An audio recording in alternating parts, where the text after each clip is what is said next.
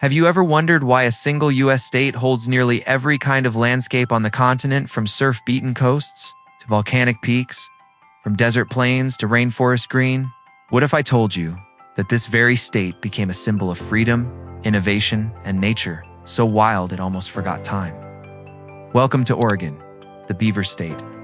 When pioneers reached the Pacific Northwest, many expected one familiar terrain. What they found was astonishing. Oceans, volcanoes, forests, deserts, all clasped together like a natural patchwork quilt. Oregon sits in that rare zone divided by the Cascade Range west of the Cascades, a lush, rainy world. East of them, a high desert where snow falls less often than wind roars. Imagine traveling the Oregon Trail wagon after wagon rolling over more than 2,000 miles of terrain.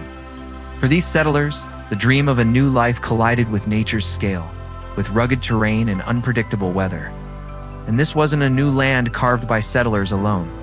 Indigenous peoples, Chinook, Nez Perce, Klamath, and countless others had shaped this land for thousands of years, guiding trade along the Columbia, naming rivers, and living in rhythm with the mountains and seas.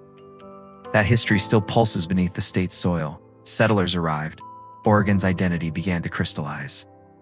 On February 14, 1859, it became the 33rd state in the Union. But statehood didn't mean simplicity. Loggers cut vast forests, settlers tilled fertile valleys, and the land's raw edges remained wild, challenging every attempt to tame it.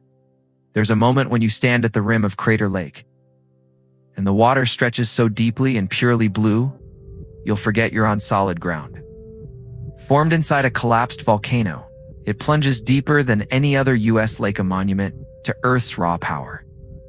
Or you may wander the Oregon coast, where sea stacks rise like ancient guardians and storms carve the shoreline into stories of survival and sea spray.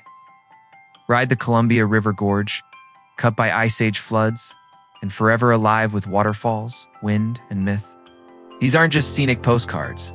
They're signs that Oregon never became just another state.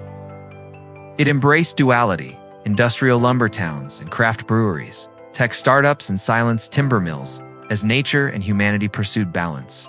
Oregon's economy shifted from reliance on forests and farms toward technology and diversified industries.